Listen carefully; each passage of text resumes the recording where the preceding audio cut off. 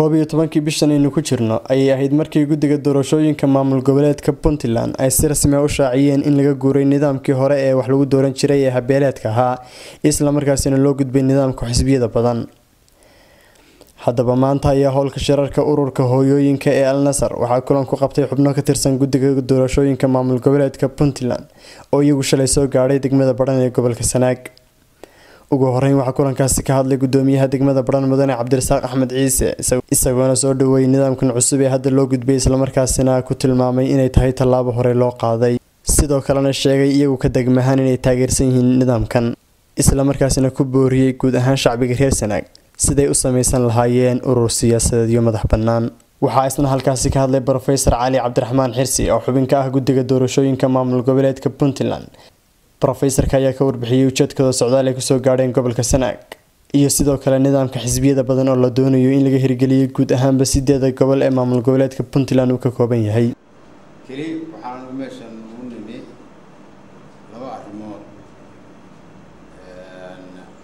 waxa koowaad in aan dadka u micinayno intii danaynaysa in siyaasad gasho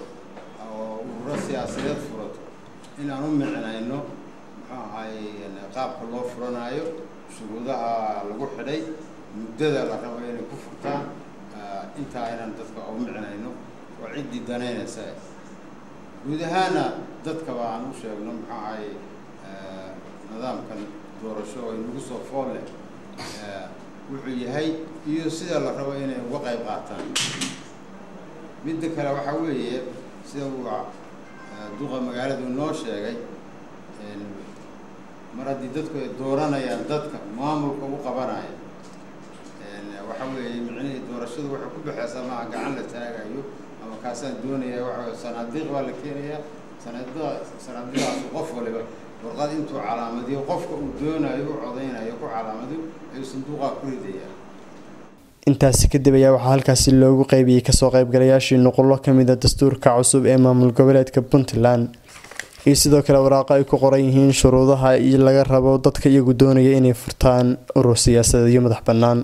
ugu dambeyntii waxaa kulankaasi soo xidhay gudoomiye ku-xigeenka gobolka Sanaag. xisaab la furto madax loo tartamo heer madaxweyne loo tartamo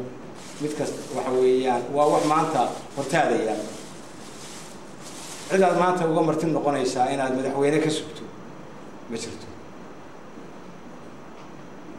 waxaa lagu baneeyay inaad codkaaga ku doorato cid alla cidii ku anficaysa oo aad adigu dooranayso ama nin mandaqada u dhashay ha noqdo ama mid gobol kale u dhashay ha noqdo cidii macnaha aad dareemayso inuu ku anfacayo. Jaamac Faarax Maxamed, warbaahinta qaranka Soomaaliyeed, magaalada Badhan.